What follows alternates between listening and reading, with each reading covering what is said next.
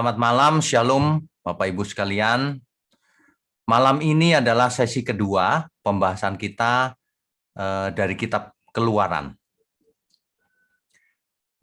Bagi yang sudah mengikuti dari kitab Kejadian 50 sesi, maka sesi ini akan mengalir terus. Tapi bagi yang belum mengikuti, silahkan mengikuti dari sesi 1 kitab Kejadian sambil mengikuti kitab Keluaran ini supaya semuanya lengkap, ya. Oke, malam ini temanya adalah nama Tuhan. Aku adalah aku. Baik, sebelum kita mulai, mari kita berdoa lebih dulu. Mari kita berdoa. Bapa di surga, setiap Rabu malam kami belajar. Kami percaya apa yang kami pelajari sangat mengubah hidup kami, pengertian kami, dan cara hidup kami. Terutama sikap hati kami, Tuhan. Mohon berkati program ini, agar semakin hari semakin sempurna memuliakan Tuhan. Agar semakin hari semakin banyak orang yang mendengar dan diberkati. Berkati mulut hamba-Mu agar menyampaikan kebenaran yang semurni-murninya. Terima kasih ya Bapa, hanya di dalam nama Tuhan Yesus kami berdoa. Amin. Jadi dalam sesi 2 kitab Keluaran, kita akan membahas nama Tuhan. Nanti kita akan masuk ke sana ya. Kita lanjutkan dulu screen-nya ya. Terakhir kita sudah membahas kitab Keluaran pasal 2 ayat 22 terakhir. Nah ini lanjutannya. Ayat 23-nya, lama sesudah itu matilah Raja Mesir. Yang dimaksud Raja Mesir adalah Fir'aun.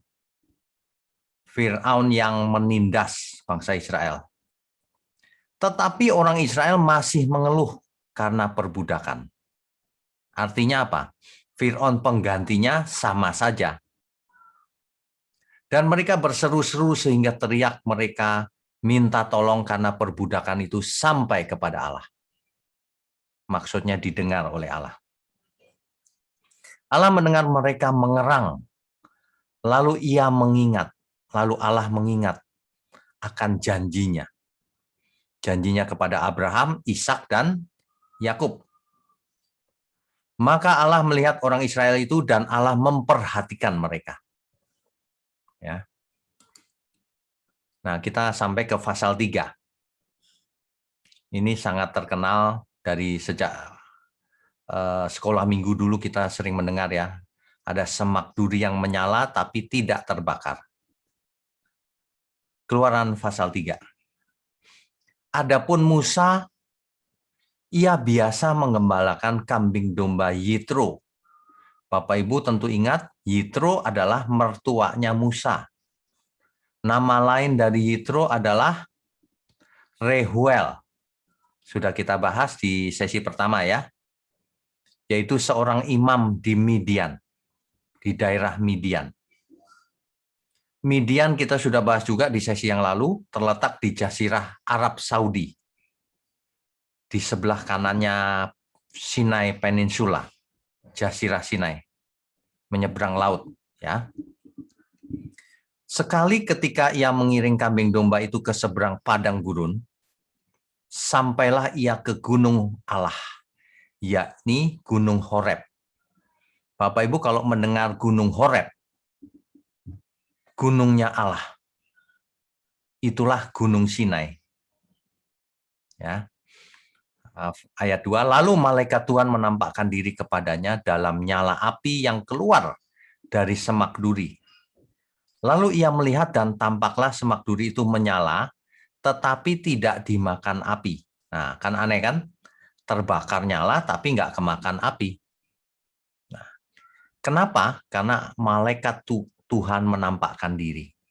Bapak Ibu tentu ingat di sesi-sesi yang lalu, kalau Alkitab memakai istilah malaikat Tuhan, tapi tulisan huruf Tuhannya huruf besar semua, artinya itu adalah teofani, penampakan Allah, atau Kristofani, penampakan Kristus. Jadi meskipun diterjemahkan malaikat Tuhan, tapi itu sebenarnya adalah Kristus atau Allah sendiri. Ya, oke. Ayat ketiga, Musa berkata, baiklah aku menyimpang ke sana untuk memeriksa penglihatan yang hebat itu. Maksudnya, Musa ingin lihat-lihat ada apa ya kok terbakar tapi tidak terbakar. Gitu. Mengapakah tidak terbakar semak duri itu? Nah, Musa mau melihatnya, mau menelitinya. Kenapa ya begitu? Nah, ini berikutnya. Ingat, Musa lari dari, sebentar.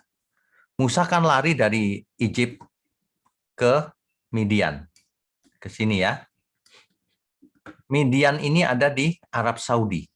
Ini lokasi Arab Saudi ini. Ya. Sedangkan Gunung Sinai ada di sini. Ini lokasi Gunung Sinai yang dipercaya secara tradisional.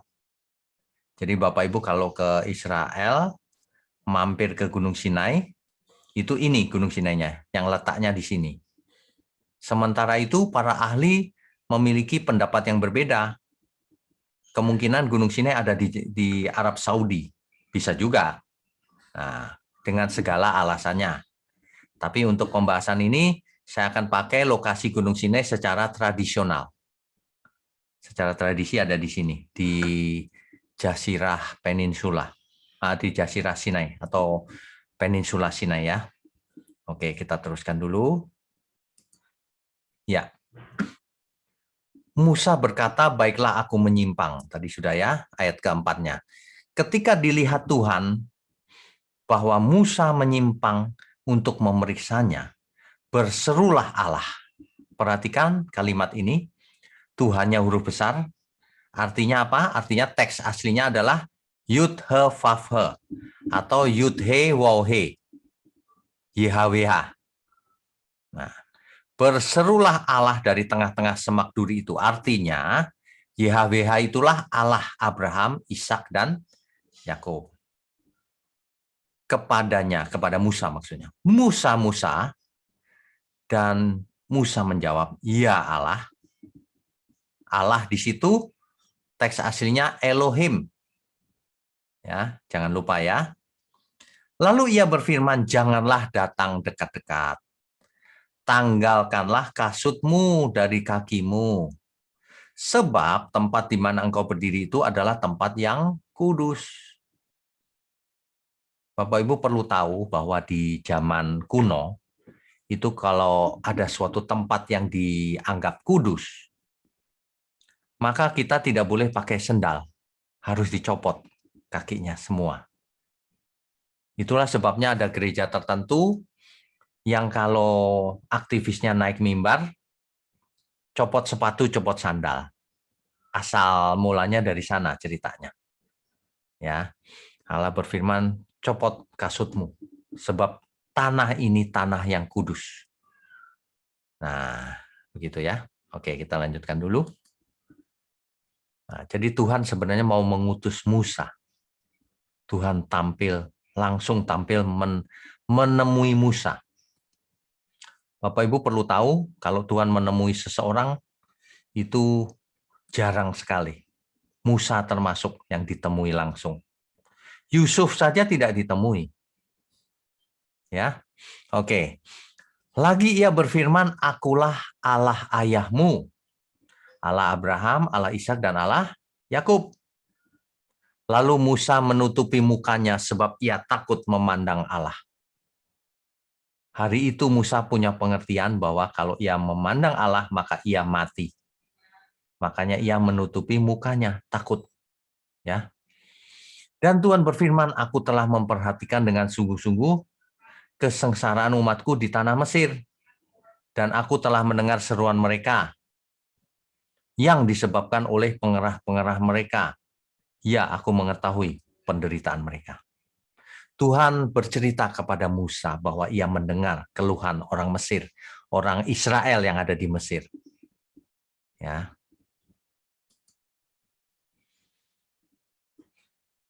Sebab itu aku telah turun untuk melepaskan mereka dari tangan orang Mesir dan menuntun mereka keluar dari negeri itu ke suatu negeri yang baik dan luas. Suatu negeri yang berlimpah-limpah susu dan madunya. Ke tempat orang Kanaan. Jadi hari itu sudah ada orang Kanaan. Tapi tanah Kanaan diberikan kepada Israel. Nah, siapa itu orang Kanaan itu? Orang Het, orang Amori, orang Feris, orang Hewi, dan orang Yebus. Hari ini orang Kanaan sudah tidak ada. Makanya tanah itu milik Israel. Sedangkan Palestina adalah bangsa Arab. Beda lagi itu, bukan Kanaan. Ya. Oke. Ayat 9, sekarang seruan orang Israel telah sampai kepadaku, juga telah kulihat betapa kerasnya orang Mesir menindas mereka. Jadi sekarang pergilah, aku mengutus engkau kepada Fir'aun untuk membawa umatku, orang Israel, keluar dari Mesir. Jadi Musa ditemui langsung oleh Tuhan, Tuhan mengutus Musa supaya membawa bangsa Israel keluar dari Mesir. Kita lanjutkan lagi. Tetapi Musa berkata kepada Allah, siapakah aku ini? Maka aku yang akan menghadap Fir'aun dan membawa orang Israel keluar dari Mesir. Rupanya Musa tidak pede, tidak percaya diri. Padahal ia sudah pernah di Mesir, sudah dididik dengan cara Mesir. Tapi ia tidak percaya diri. Siapakah aku ini, Tuhan? Itu kira-kira begitu. Tapi Tuhan berfirman, bukankah aku akan menyertai engkau? Makanya ya Bapak Ibu, kalau diutus Tuhan itu tidak boleh bilang tidak boleh ragu. Sebab Tuhan menyertai orang yang diutusnya. Ya. Inilah tanda bagimu bahwa aku yang mengutus engkau. Apabila engkau telah membawa bangsa itu keluar dari Mesir, maka kamu akan beribadah kepada Allah di gunung ini. Nah, ini dia. Jadi rupanya Musa ada di Gunung Sinai, ditemui oleh Tuhan. Tuhan menampakkan diri dalam semak duri yang menyala-nyala, tapi tidak terbakar. Nah, Tuhan ingin mengutus Musa secara langsung. Supaya bangsa itu keluar dari Mesir, menuju ke gunung ini. Gunung apa? Gunung Horeb. Gunung Sinai. Ya. Untuk apa? Untuk beribadah kepada Allah. Sebab kalau Israel ada di Mesir, mereka jadi budak. Harus keluar dari Mesir. Mau dididik oleh Tuhan. Ya. Oke, kita lanjutkan lagi. Ayat 13 sampai 15. Lalu Musa berkata kepada Allah, tetapi apabila aku mendapatkan orang Israel dan berkata kepada mereka, Allah nenek moyangmu telah mengutus aku kepadamu, dan mereka bertanya kepadaku, bagaimana tentang namanya? Apakah yang harus kujawab kepada mereka? Musa bertanya kepada Tuhan. Tuhan huruf besar ya. Atau kepada Allah. Bagaimana aku harus jawab kalau mereka tanya tentang namamu? Firman Allah kepada Musa, aku adalah aku.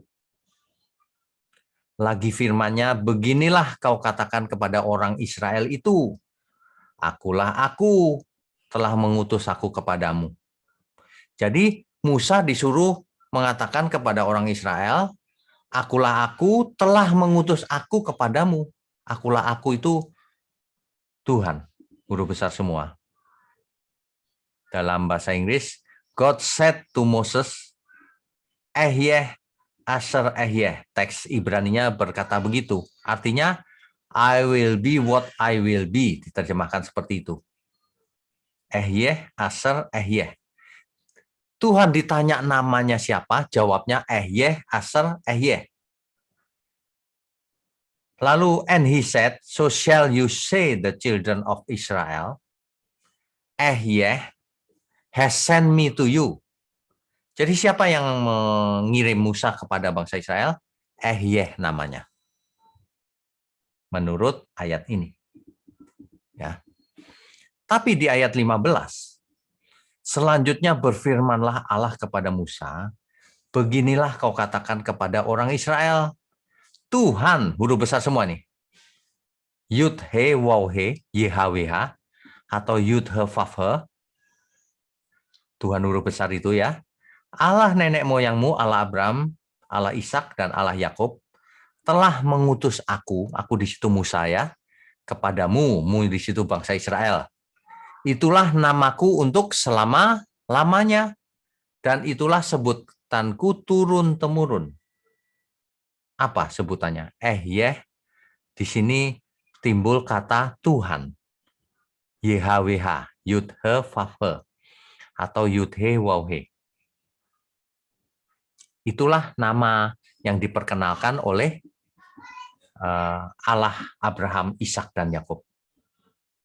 Ya, tapi ada masalah di sini. Bagaimana kalau Israel bertanya, Mah Shemo? Bagaimana dengan namanya? Elohim menjawab ya tadi ya di ayat 14-nya. Ehyeh, Aser, Ehyeh. Sebenarnya Ehyeh, Aser, Ehyeh ini, kalau mau diterjemahkan bebas begini jawabnya. Aku ya aku. Kok tanya nama? Gitu. Coba Bapak Ibu berpikir baik-baik ya. Allah kita di surga, apakah ia mempunyai nama Ibrani? Atau nama Indonesia? Atau nama Jawa? Atau nama manusia di bumi, bangsa di bumi? Padahal bumi belum ada, semuanya belum ada. Yang perlu dipertimbangkan ya. Masa Allah memakai nama bahasa di bumi? Nah, makanya jawabnya Ehyeh, Aser, Ehyeh. Artinya aku ada dari dulu, aku ada sekarang, dan aku ada di masa depan. Ya aku ada. Jawaban singkatnya begitu. Nah ini sering tidak dimengerti oleh banyak orang. Banyak orang terjebak dalam sebutan-sebutan tertentu. Tapi di ayat 15, Allahnya Abraham, Ishak, dan Yakub memperkenalkan diri sebagai YHWH. Yud He Vav He, Yud He Waw He. Ya, itulah namaku turun-temurun. Nah, Bapak Ibu perlu tahu ya, nanti kita bahas sebentar lagi. Nama Tuhan. Nama Tuhan itu kalau di Alkitab ada banyak. Nama umum dan nama pribadi Tuhan. Ya. Nama umum dan nama pribadi. Nama umum Tuhan itu atau generic name itu misalnya El atau Eloah atau Elohim. Itu adalah sebutan umum, generic name, nama umum. Kata nama El biasanya dilengkapi dengan nama deskriptifnya. Misalnya kalau di Kejadian 33 ayat 20, Yakub mendirikan sebuah mezbah di Sikem, di sesi yang lalu kita sudah bahas, dan menamainya El Elohe Israel. El Bethel. Ada lagi El Berit, El Roy, El Elyon, El Olam, El Shaddai, dan sebagainya. Itu adalah nama generik yang diikuti dengan nama deskriptifnya. Nama penjelasannya. Ya. El Shaddai misalnya. Artinya Allah yang maha kuat. Begitu kan? Oke, kita lanjutkan ya. Nama umum. Nama pribadi itu dikenal dengan 4 huruf suci yang disebut dengan tetragrammaton. Inilah tulisannya Yud He Waw He atau Yud He Vav He. YHWH. Nama ini muncul sangat banyak di Perjanjian Lama, ada 6.828 kali munculnya. Di 790 ayat. 5.790 ayat. Dan muncul 3.011 kali di dokumen Laut Mati, Dead Sea Scroll. Di 2.877 ayat. Yang bersifat biblika ya. Ini luar biasa loh. Nama ini begitu populer. Sering banget ditulis di Alkitab. YHWH ini. Sehingga banyak orang menyebutnya dengan nama ini. Ya. Masalahnya adalah tulisan Ibrani ini Bapak Ibu, tidak memiliki huruf hidup, gundul, tidak mempunyai vokal. Jadi bunyinya apa? Bunyinya tidak tahu, karena tidak ada vokalnya. Bisa banyak kemungkinannya. Kata banyak orang begitu. Padahal kalau kita menguasai sastra Ibrani, maka kemungkinannya tidak banyak. Nah, orang yang tidak mengerti bahasa Ibrani, misalnya teolog-teolog barat yang tidak belajar Ibrani, mereka beranggapan nama ini bisa bunyinya bisa macam-macam. Gitu. Yang sangat terkenal kan Yehovah. Satu lagi Yahweh. Nanti kita akan lihat sebenarnya bunyinya apa sih. Gitu ya. Oke, kita lanjutkan dulu. Sebenarnya kapan sih nama pribadi Tuhan ini dikenal? Kapan sebenarnya dikenalnya? Di Kejadian 2 ayat 4. Pertama kali disebut YHWH ini. Di Kejadian 4 ayat 1, Hawa berkata bahwa ia melahirkan anak karena pertolongan YHWH. Dalam bahasa Indonesia ditulis Tuhan huruf besar. Di Kejadian 4 ayat 26, orang mulai memanggil nama YHWH itu. Begitu juga dengan nenek moyang Musa, semuanya menyebut YHWH. Nuh, Abraham, Sarah, Ishak, Yakub. Ya. Tapi anehnya di Keluaran 6 ayat 2-3 dikatakan bahwa YHWH sendiri yang berkata bahwa ia telah menampakkan diri pada nenek moyang Musa, Abraham, Ishak, dan Yakub, tetapi YHWH belum menyatakan diri dengan namanya. Padahal di pasal 2 sudah ditulis nama itu. Tapi di pasal 6 kok dikatakan belum menyatakan diri dengan namanya. Ini bagaimana ini sebenarnya? Apakah Alkitab salah, kontradiksi, atau bagaimana? Nah, kita perlu mengerti kebenarannya. Seolah-olah Keluaran 6 ayat 2-3 itu bertentangan dengan Kejadian 2-4. Dan semua ayat yang menyatakan bahwa YHWH telah disebut namanya. Bagaimana ini solusinya? Solusi untuk hal ini ada dua kemungkinannya, Bapak Ibu. Kemungkinan yang pertama, nama YHWH baru diwahyukan pada Musa pada Keluaran 3 ayat 13-15. Dan jika Alkitab menulis bahwa Hawa dan seluruh nenek moyang Musa sudah menyebut YHWH, itu adalah hasil suatu redaksional. Ditulis oleh Musa setelah Musa tahu nama itu, gitu loh. Kan kejadiannya lebih dulu, belakangan baru ditulis oleh Musa, kan begitu kan? Bisa juga karena Musa tahu nama itu, maka ditulis nama itu sejak awal. Jadi bukan memperkenalkannya di kitab Keluaran gitu kepada Musa, karena Musa yang nanya namanya kan Musa yang bertanya nama, kan tidak mungkin Musa tidak tahu nama dari awal. Kenapa nanya? Nah, setelah tahu Musa menulis, gitu. Bisa juga begitu.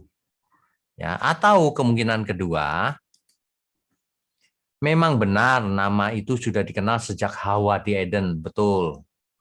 Dan seluruh nenek moyang Musa juga mengenal nama YHWH itu. Sedangkan Keluaran 6 ayat 2 sampai 3 artinya YHWH menyatakan namanya secara khusus kepada Musa.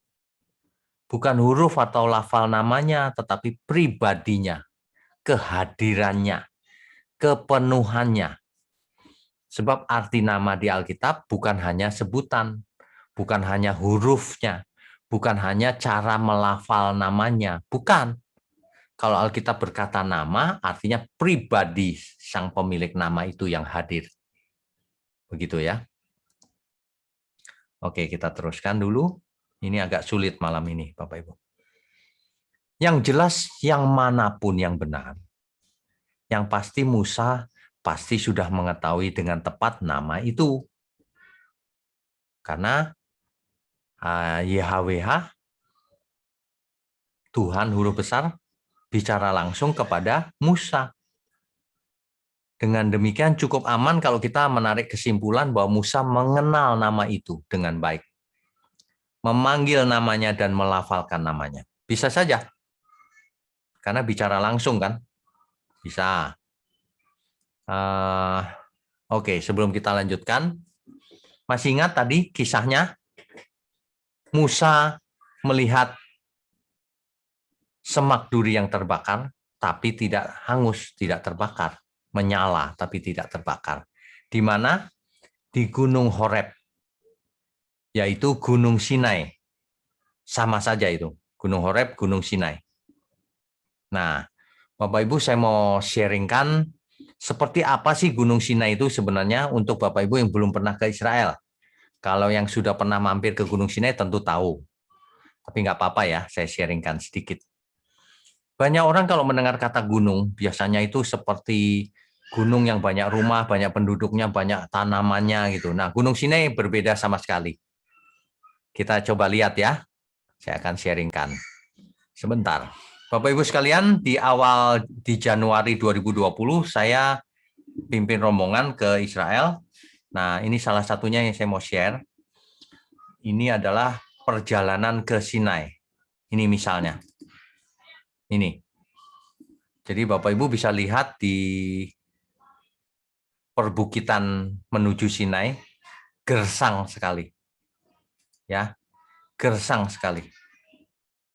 Jadi tidak ada tanaman sedikit pun. Gersang ya. Itu ada tanaman sebagian. Oke, jadi gurun. Kita lewat gurun.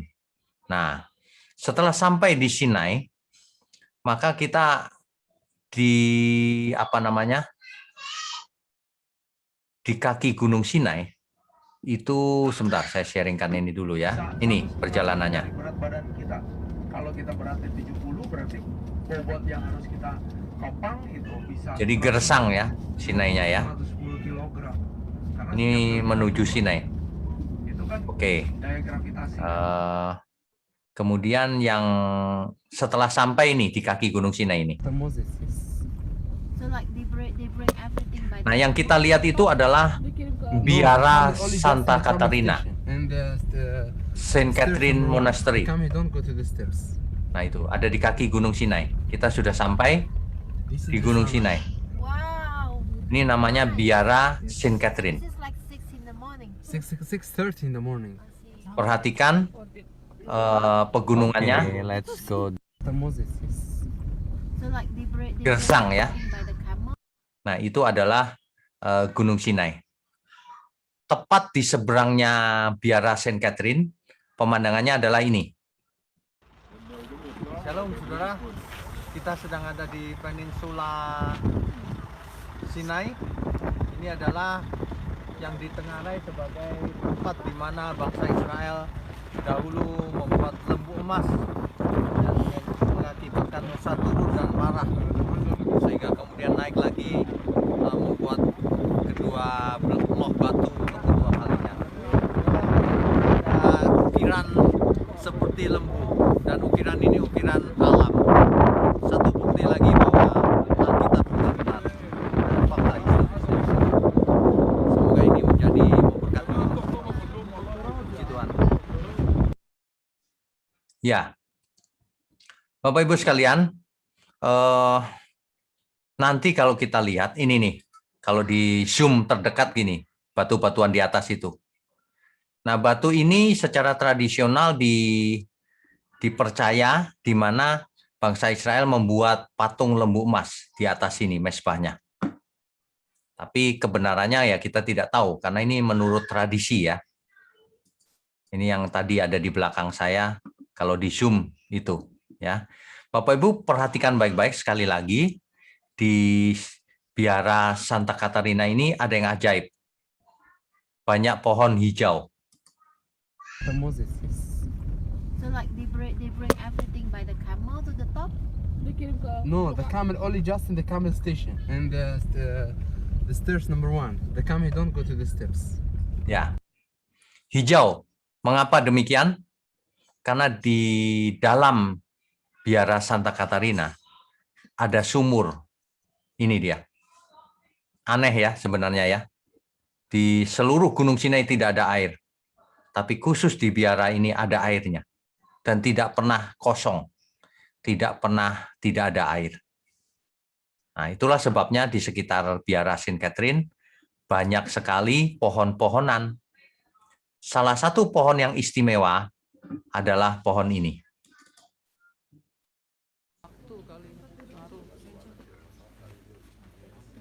Sebentar ya Bapak Ibu. Shalom saudara, saya sedang ada di dalam biara Saint Catarina. Di belakang saya ada satu pohon yang sangat istimewa. Saudara tentu ingat bagaimana Musa dijumpai oleh Tuhan berupa semak belukar yang terbakar, tapi tidak terbakar. Inilah pohonnya. Dan disitulah Tuhan berkata bahwa tempat ini kudus. Sekarang kita harus memaknainya bahwa hidup kita harus kudus. Sebab Tuhan ada dalam diri kita. Amin. Puji Tuhan. Baik. Baik, Bapak Ibu sekalian. Itu hanya sebentar ya. Jadi ada banyak kejadian kalau kita menelusuri jejak-jejak Alkitab, ada banyak yang ajaib juga. Bagaimana mungkin di pegunungan yang begitu gersang, ada air sumur yang tidak pernah kering. Sehingga di sana ada banyak pohon ara, pohon macam-macam. Tadi kan terlihat ya, hijau ya. Itulah letak Gunung Sinai secara tradisi. Nah, biasanya kalau kita sampai di situ, kita naik unta, naik sampai ke puncak. Cuma sampai di puncak sudah malam dan udara dingin sekali. Turunnya jalan kaki 3-4 jam. Gelap lagi, jadi harus bawa senter. Dan sepanjang jalan baunya, bau itu kotoran unta tadi. Ya. Oke, itu intermezzo. Kita lanjutkan ya pelajaran kita tentang nama Tuhan. Bapak Ibu sekalian, Alkitab kita Perjanjian Lama memiliki 2 manuskrip yang penting, yaitu manuskrip Perjanjian Lama, yaitu Aleppo Codex dan Leningrad Codex. Jadi Aleppo Codex dan Leningrad Codex. Jadi salinan dari teks asli Perjanjian Lama, salinannya masih ada sampai sekarang. Yang Leningrad Codex disimpan di National Library of Russia, di Rusia, Perpustakaan Nasional Rusia. Yang Aleppo Codex disimpan di museum di Israel. Ya. Jadi Alkitab kita masih asli. Salinannya ada. Isinya asli. Oke, nah kalau mau tahu kebenarannya nama Tuhan sebenarnya siapa, ya harus teksnya asli, nggak boleh teks yang dibuat sendiri, bukan? Dan kalau dari terjemahan ya kita nggak melihat teks aslinya, makanya ada keperluan melihat teks aslinya dalam hal ini, ya. Nah, di biara Saint Catherine yang tadi itu, yang kita lihat tadi. Di situ ditemukan salinan kitab-kitab Perjanjian Baru. yang disebut Kodeks Sinaiticus. Ditemukan di Sinai soalnya. Begitu ya. Jadi ada banyak sekali manuskrip atau salinan-salinan dari Alkitab asli yang kita punya sampai hari ini. Oke, kita lanjutkan dulu. Ini adalah contoh dari Kodeks Leningrad. Bapak Ibu, saya lingkari kuning ya. Ini adalah tulisan asli YHWH, Yud He Vav He, Yud He Waw He. Itu teks aslinya begitu, ya. Nggak apa-apa, kita lanjutkan dulu. Nanti saya jelaskan. Ini Kodeks Aleppo, ya. Oke, lanjut lagi. Nah, di terjemahan Perjanjian Lama yang dalam bahasa Yunani namanya Septuaginta. Huruf YHWH ini diterjemahkan menjadi kurios. Kurios itu kalau diterjemahkan bahasa Indonesia menjadi Tuhan. Tuhannya huruf besar semua. Nah, mengapa diterjemahkan kurios? Karena Septuaginta ini, yang menerjemahkan ini adalah ahli kitab orang Yahudi. Dan mereka tahu bahwa kalau membaca YHWH itu tidak boleh dibaca apa adanya, tapi harus dibaca Adonai, yang artinya Tuhan atau Tuhan. Makanya dalam bahasa Indonesia diterjemahkan Tuhan. Jelas ya Bapak Ibu ya. Nah, makanya kita tidak menjumpai dalam teks bahasa Indonesia YHWH, tapi diganti Tuhan huruf besar semua. Demikian juga terjemahan bahasa Inggris. Sebagian besar yang terjemahnya mengikuti aturan yang benar ini, maka akan diterjemahkan menjadi Lord. Lord tapi huruf besar semua. Nah, itu sama, Tuhan huruf besar semua. Kalau ada terjemahan bahasa Jawa, harusnya diterjemahkan Gusti huruf besar semua, Bapak Ibu. Harusnya begitu, ya, mengikuti aturan yang ada. Nah, jadi kesimpulannya, berdasarkan teks Masoretik yang tadi itu, yang memiliki bukti historis, bukti ini, salinannya ada sampai hari ini, yaitu Kodeks Aleppo dan Kodeks Leningrad tadi, ditambah lagi dengan penemuan gulungan Laut Mati, maka tulisan Tetragrammaton atau nama Tuhan, 4 huruf suci tadi, yang ditulis dengan ini, atau ini, yang kodeks tadi itu sudah dikasih huruf vokal oleh tim Masoret, seorang ahli kitab. Ditambahkan, kenapa ditambahkan vokal? Supaya generasi berikutnya bisa membacanya dengan benar. Nah, huruf Ibrani kalau nggak ada tanda bacanya, takutnya generasi berikutnya salah baca. Makanya ditambahkan vokal. Nah, yang ini sudah ada vokalnya. Kalau Bapak Ibu ada yang belajar Ibrani, maka cara bacanya adalah dari kanan ke kiri, seperti bahasa Arab ya, kanan ke kiri. Huruf yang pertama ini adalah Yud, mendapatkan vokal Shewa, itu bunyinya E, Shewa itu E.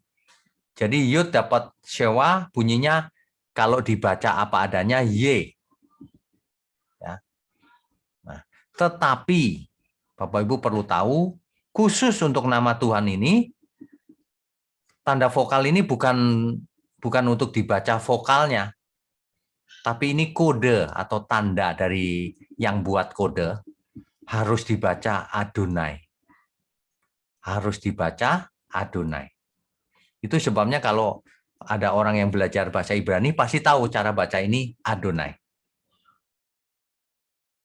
Jadi bukan dilafalkan Yehovah, bukan. Kalau dibaca apa adanya memang bunyinya Yehovah ini.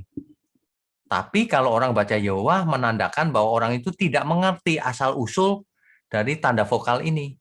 Asal-usul dari bunyinya ini tidak mengerti. Padahal yang buat bunyi ini, yaitu tim Masoret, kelompok Masoret, itu ini tanda sebenarnya, kode. Supaya kalau orang menemukan ini, dibaca Adonai. Karena ini nikut atau tanda vokalnya Adonai.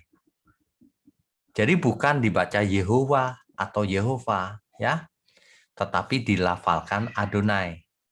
Diterjemahkan menjadi Kurios atau Lord kalau bahasa Indonesia, bahasa Inggris huruf besar semua. Kalau bahasa Indonesia Tuhan huruf besar semua. Yang pasti jelas tidak dapat dibaca Yahweh. Karena depannya Yud sama Shewa. Kalau mau ngotot maunya sendiri bunyinya Y. Tapi itu pun nggak boleh dibaca Y depannya. Karena bukan tanda baca, itu kode cara pembacaan. Nah, banyak orang tidak mengerti. Apalagi teolog barat tidak mengerti. Mereka pikir, wah itu takhayul tuh baca aja tidak boleh gitu. Padahal bukan itu maksudnya. Ini adalah kode cara baca. Ya, nah, jadi tidak boleh dibaca Yahweh juga. Oke, kita berikutnya. Nah, Tuhan itu membela misinya. Musa harus pergi. Ini Keluaran 3 ayat 16 sampai 22 ya, kita selesaikan. Musa harus pergi kepada para tua-tua Israel untuk menyampaikan pesan bahwa Tuhan, yaitu Allahnya Abraham, Ishak, dan Yakub, Tuhan huruf besar semua ya. Adonai, mulai hari ini bacanya Adonai. Atau bahasa Indonesia ya Tuhan. Dan Yakub telah menampakkan diri kepada Musa bahwa Tuhan sudah memperhatikan penderitaan Israel dan akan menuntun Israel keluar dari Mesir menuju ke Kanaan. Musa dengan para tua-tua Israel harus menghadap Firaun untuk menyampaikan bahwa Israel harus keluar dari Mesir untuk mempersembahkan korban bagi Tuhan, untuk beribadah kepada Tuhan. Di mana? Di Gunung Horeb atau Gunung Sinai. Masih ingat ya tadi ya pembahasan tadi. Tuhan berfirman bahwa Raja Mesir harus dipaksa. Dia pasti nggak memperbolehkan bangsa Israel keluar dari Mesir. Harus dipaksa dengan tangan yang kuat supaya Israel boleh keluar dari Mesir. Nah, Tuhan akan memukul Mesir dengan segala perbuatan ajaib. Dan bahkan orang Mesir akan bermurah hati membekali Israel untuk keluar dari Mesir. Itu dicatat di Keluaran 3 ayat 16 sampai 22. Ya, Bapak Ibu ya. Nah, ini Bapak Ibu. Jadi yang sebelah kiri dulu nih kalau kita lihat. Jadi Musa keluar ke Midian melarikan diri. Ya. Ada yang menggambarnya begini, ke Sinai, ke Midian. Nanti Musa diutus Tuhan ke Mesir, ya balik lagi lokasinya. Mampir di Sinai, bertemu dengan Tuhan, lalu diutus Tuhan. Sinai bertanya siapa namanya, tentang namanya. Dijawab aku adalah aku. Lalu di ayat 15-nya muncul lagi nama Adonai, yaitu Yud-He-Vav-He atau Yahweh. Dan nanti menuju ke Mesir pada sesi-sesi yang mendatang. Ya. Oke. Nah, kalau kita lihat nanti belajar kitab Keluaran, geografinya adalah sekitar ini. Jadi di Mesir itu tanah Goshen, kita sudah tahu ya. Ada 2 kota perbekalan, Ramses dan Pithom. Bangsa Israel menjadi budak, dipaksa kerja rodi untuk membangun 2 kota ini, minimal 2 kota ini. Ya. Kemudian ada padang gurun Sin, dan di sini ada Gunung Sinai. Di sini tanah Midian. Tanah Midian itu kalau zaman sekarang ada di Saudi Arabia. Di sini ada Laut Mati. Sebelah kanannya Yordan. Sebelah kirinya Israel. Ini adalah teritori Israel. Ya. Di utara ada Laut Danau Galilea dan Syria di utara. Juga Libanon. Jadi geografi kitab Keluaran berkisar antara ini. Ya. Di sini ada Laut Merah. Oke. Di utara ada Laut Mediterania. Ya. Oke, kita lanjutkan lagi. Jadi Tuhan merencanakan membawa Israel keluar dari Mesir ke Kanaan. Tanah yang berlimpah madu dan susunya digambarkan oleh Alkitab. Sedangkan Kanaan, di sana sudah ada orang Kanaan. Hari ini orang Kanaan sudah tidak ada. Nah, kalau hari ini Palestina, orang Palestina itu bukan orang Kanaan. Itu orang yang berbeda, orang Arab. Ya beda lagi. Sampai di sini bersambung Rabu depan. Ya. Rabu depan kita akan belajar soal Musa. Kenapa disebut pengantin darah? Ternyata Tuhan ingin membunuh Musa. Ada kalanya Tuhan ingin membunuh Musa. Nah, banyak orang bingung hal itu. Itu akan kita bahas di sesi 3 Rabu depan. Ya.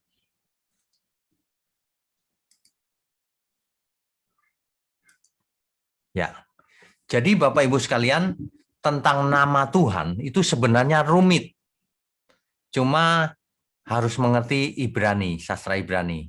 Jadi pada online Bible Study ini saya tidak membahas sastra Ibraninya, karena untuk awam kan semuanya ini, ya. Tapi saya berencana di masa depan akan menulis bukunya lengkap tentang hal itu. Jadi sebenarnya bukan Yehova atau Yehovah, juga bukan Yahweh, tapi bacanya Adonai, Tuhan. Itu menurut tradisi Masoret. Itu menurut teks yang menjadi rujukan sampai hari ini. Manuskrip yang dianggap asli sampai hari ini. Itu bacanya Adonai atau Tuhan. Ya. Kalau kita mau strict ya bacanya itu. Tentu saja hal itu jangan membuat kita menjadi kaku juga. Kalau ada orang yang memanggil Sangti, penguasa langit, atau Tian, orang Chinese kan panggilnya begitu. Ya nggak masalah. Tapi itu sebutan umum. Kalau ada orang yang menyebut masih ngotot Yehova gitu ya. Ya Tuhan mengerti sih, tapi sebenarnya tidak sesuai. Kalau ada yang menyebut Yahweh, itu pun tidak sesuai dengan teks Masoret. Tapi kalau orang tetap menyebut itu, ya Tuhan juga mengerti kok. Asal jangan menyalah-nyalahkan orang lain. Kan ada kelompok pengagum Yahweh yang menyalahkan kalau Alkitab kita pakai kata nama Allah. Katanya itu adalah nama dewa atau nama Tuhannya orang Arab. Katanya begitu. Padahal Allah itu adalah kata Arab daripada Elohim. Padahal Elohim itu adalah dipakai juga oleh orang kafir untuk menyebut Allah mereka, Elohim. Apa bedanya? Sama saja. Allah, Elohim, sama saja. Kalau di bahasa Timur Tengah sana ada yang pakai nama Allah. Ada yang Aloho. Kalau Arab, Allah. Ada yang ngotot namanya pasti Yahweh.